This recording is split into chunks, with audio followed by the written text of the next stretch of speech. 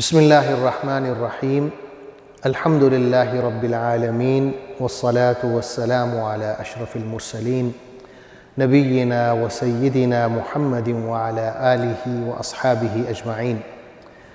ناظرین السلام علیکم۔ سیرت النبی صلی اللہ علیہ وسلم کے حوالے سے ہماری گفتگو جاری ہے اور آج اس سلسلے کا 28واں پروگرام ہے۔ پچھلے پروگرام میں غزوہ احد کا ذکر ہو رہا تھا کہ جب کفار قریش نے یہ افواہ پھیلائی کہ محمد صلی اللہ علیہ وسلم قتل ہو گئے ہیں تو مسلمانوں کے حوصلے پست ہو گئے اور کئی مسلمان ایسے تھے جو اپنا اسلحہ پھینک کر بیٹھ گئے اور یہ سوچنے لگے کہ اب ہم کس لیے لڑیں، اب لڑنے کا کیا فائدہ۔ اس دوران ہم دیکھتے ہیں کہ ایک صحابی ہیں حضرت انس بن نضر رضی اللہ عنہ، وہ ان بیٹھے ہوئے صحابہ کے پاس آتے ہیں اور پوچھتے ہیں کہ تم لوگ کس انتظار میں ہو؟ تو وہ کہتے ہیں کہ اللہ کے رسول قتل ہو گئے ہیں۔ تو انس بن نضر کہتے ہیں کہ اگر اللہ کے رسول قتل ہو گئے ہیں، شہید ہو گئے ہیں، اگر انہوں نے اس دین کے لیے اپنی جان دے دی ہے تو تم بھی اسی مقصد کے لیے قربان ہو جاؤ، شہید ہو جاؤ۔ اور پھر وہ کہتے ہیں کہ مجھے جنت کی خوشبو آ رہی ہے، اور یہ کہہ کے وہ کفار کے لشکر میں گھس جاتے ہیں اور بہادری سے لڑتے ہیں یہاں تک کہ شہید ہو جاتے ہیں۔ جب وہ شہید ہوتے ہیں غزوہ کے بعد تو یہ دیکھا جاتا ہے کہ ان کے جسم پر 80 سے زیادہ زخم ہیں، تیروں کے زخم ہیں، تلواروں کے زخم ہیں، نیزوں کے زخم ہیں، اور اتنے زیادہ زخموں کی وجہ سے وہ پہچانے نہیں جاتے، یہاں تک کہ ان کی بہن آتی ہیں اور ان کے ہاتھوں کی انگلیوں سے انہیں پہچانتی ہیں کہ یہ میرا بھائی ہے۔ اسی طرح ہم دیکھتے ہیں کہ ایک مشرک ہے عتبہ بن ابی وقاص، یہ حضرت سعد بن ابی وقاص کا سگا بھائی ہے، لیکن سعد بن ابی وقاص کو اللہ نے صحابی بنایا ہے اور ان کا جو بھائی ہے وہ مشرکوں کی طرف سے لڑ رہا ہے، کافروں کی طرف سے۔ تو یہ آتا ہے اور حضور صلی اللہ علیہ وسلم کو ایک زور سے پتھر مارتا ہے جو آپ کے چہرے مبارک پر لگتا ہے اور آپ کے دائیں طرف کے 2 دانت ٹوٹ جاتے ہیں اور خون بہنے لگتا ہے۔ ایک اور مشرک ہے عبداللہ بن شہاب زہری، یہ حضور صلی اللہ علیہ وسلم کو ماتھے پر ضرب لگاتا ہے اور اس سے آپ صلی اللہ علیہ وسلم کے ماتھے سے خون بہنے لگتا ہے۔ ایک اور مشرک ہے عبداللہ بن قمعہ، یہ آتا ہے اور آپ صلی اللہ علیہ وسلم کو کندھے پر تلوار سے ضرب لگاتا ہے۔ جنگی لباس پہننے کی وجہ سے زخم تو نہیں آتا، لیکن حدیث میں آتا ہے کہ آپ صلی اللہ علیہ وسلم تقریباً 1 ماہ تک اس کا درد محسوس کرتے ہیں۔ یہی مشرک دوبارہ آتا ہے عبداللہ بن قمعہ اور حضور صلی اللہ علیہ وسلم کے گال مبارک پر ضرب لگاتا ہے۔ آپ نے وہ جنگ کا جو ہیلمٹ ہے وہ پہنا ہوتا ہے، لیکن اس ضرب کی وجہ سے اس ہیلمٹ کے 2 بکل جو ہیں وہ آپ صلی اللہ علیہ وسلم کی گال مبارک میں گھس جاتے ہیں اور اس سے خون بہنے لگتا ہے۔ آپ فرماتے ہیں کہ وہ لوگ کیسے کامیاب ہوں گے جنہوں نے اپنے نبی کو زخمی کر دیا، لہولہان کر دیا۔ اور اس بات پہ بھی اللہ تعالیٰ قرآن مجید نازل کرتے ہیں، ارشاد ہوتا ہے لیس لک من الامر شیء او یتوب علیہم او یعذبہم فانہم ظالمون، کہ اے نبی صلی اللہ علیہ وسلم آپ کے پاس فیصلے کا کوئی اختیار نہیں ہے، فیصلے کا اختیار اللہ کے ہاتھ میں ہے، وہ چاہے تو انہیں عذاب دے، چاہے تو انہیں معاف کرے۔ ہاں یہ حقیقت ہے کہ یہ لوگ ظلم کر رہے ہیں۔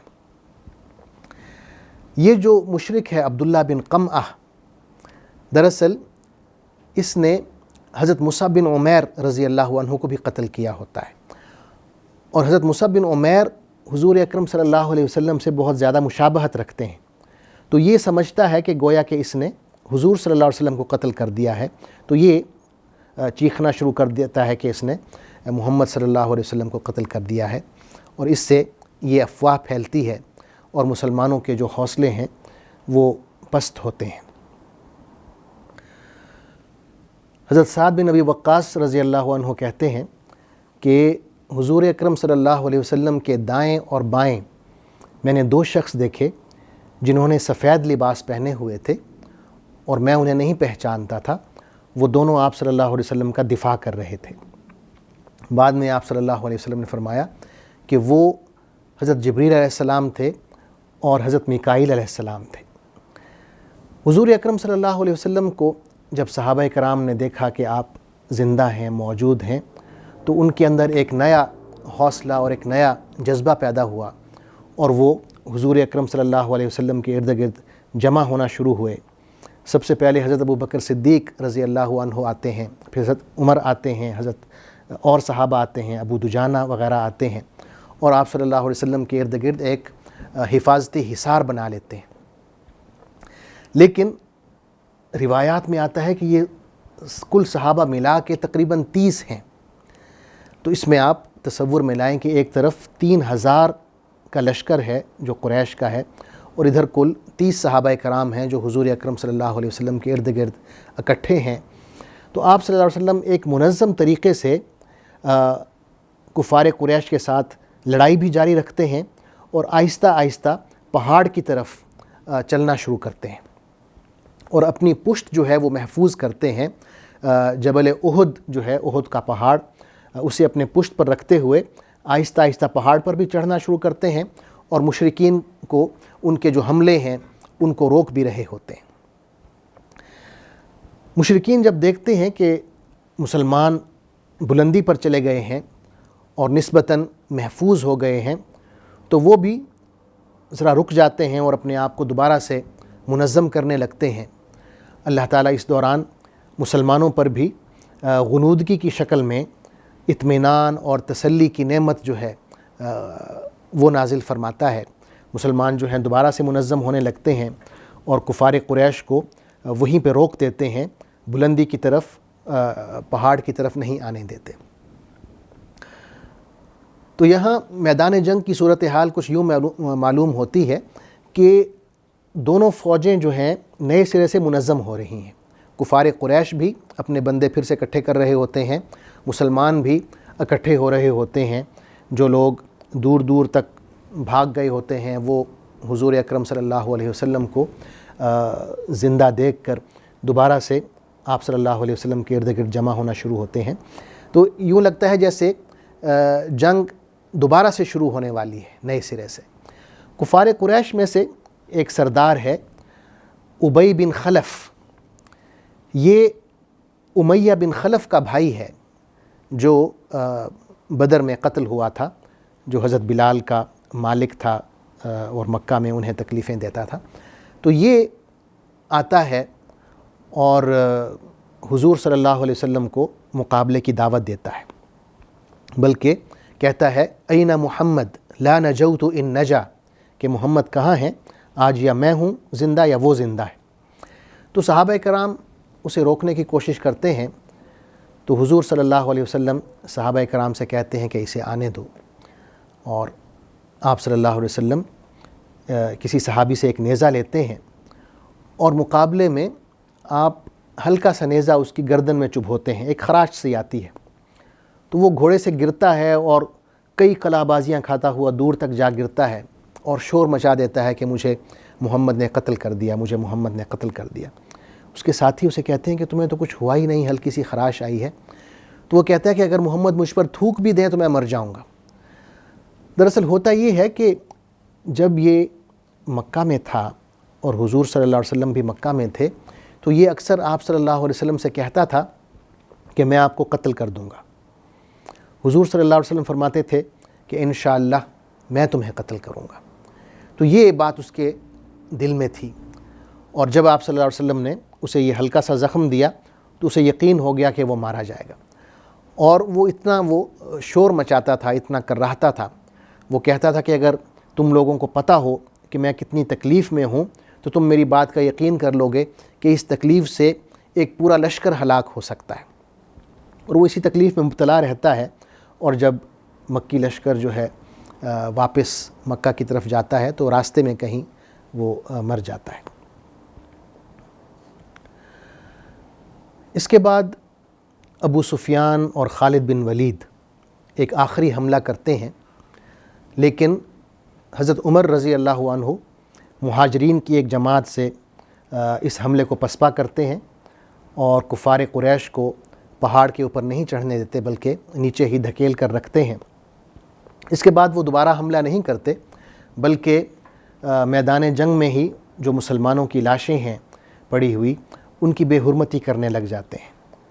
ابو سفیان کی بیوی ہند بنت عتبہ حضرت حمزہ رضی اللہ عنہ کی لاش کی بے حرمتی کرتی ہے، اسی طرح اور کئی صحابہ کی لاشوں کی بے حرمتی کی جاتی ہے۔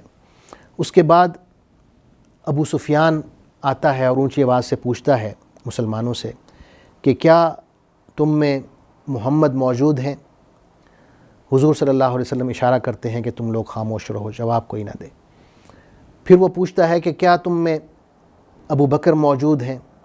لوگ خاموش رہتے ہیں۔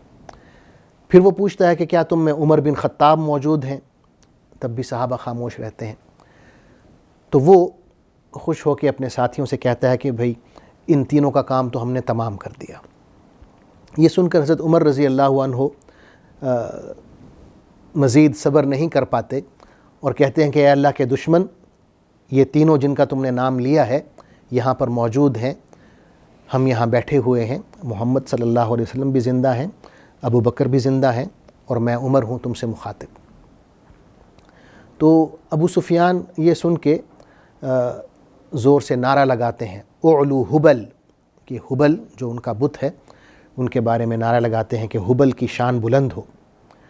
حضور صلی اللہ علیہ وسلم کہتے ہیں صحابہ کرام سے کہ آپ جواب دیں اس نعرے کا۔ تو صحابہ پوچھتے ہیں کہ یا رسول اللہ ہم کیا جواب دیں؟ تو حضور صلی اللہ علیہ وسلم فرماتے ہیں کہ آپ یوں کہیں، اللہ اعلی و اجل، کہ اللہ سب سے بلند ہے اور اس کی شان اور قدر و منزلت سب سے اونچی ہے۔ پھر ابو سفیان کہتے ہیں لنا العزى ولا عزى لكم، کہ ہمارے پاس عزہ ہے، اتنا بڑا بت آپ کے پاس نہیں ہے۔ اس پر بھی آپ صلی اللہ علیہ وسلم فرماتے ہیں کہ آپ جواب دیں۔ تو صحابہ پوچھتے ہیں کہ یا رسول اللہ کیا جواب دیں؟ تو آپ فرماتے ہیں کہ آپ یوں کہیں، اللہ مولانا ولا مولا لکم، کہ اللہ ہمارا کارساز ہے، تمہارا کوئی کارساز نہیں ہے۔ پھر ابو سفیان کہتے ہیں کہ اب ہم برابر ہو گئے ہیں، ہم نے بدر کا بدلہ لے لیا ہے۔ تو عمر رضی اللہ عنہ کہتے ہیں کہ ہم کبھی برابر نہیں ہو سکتے، تم لوگ کبھی ہماری برابری نہیں کر سکتے، کیونکہ ہمارے مقتولین جنت میں ہیں اور تمہارے مقتولین جہنم میں ہیں۔ آخر میں ابو سفیان یہ کہتے ہیں کہ اگلے سال ہماری جنگ ہوگی بدر کے مقام پہ۔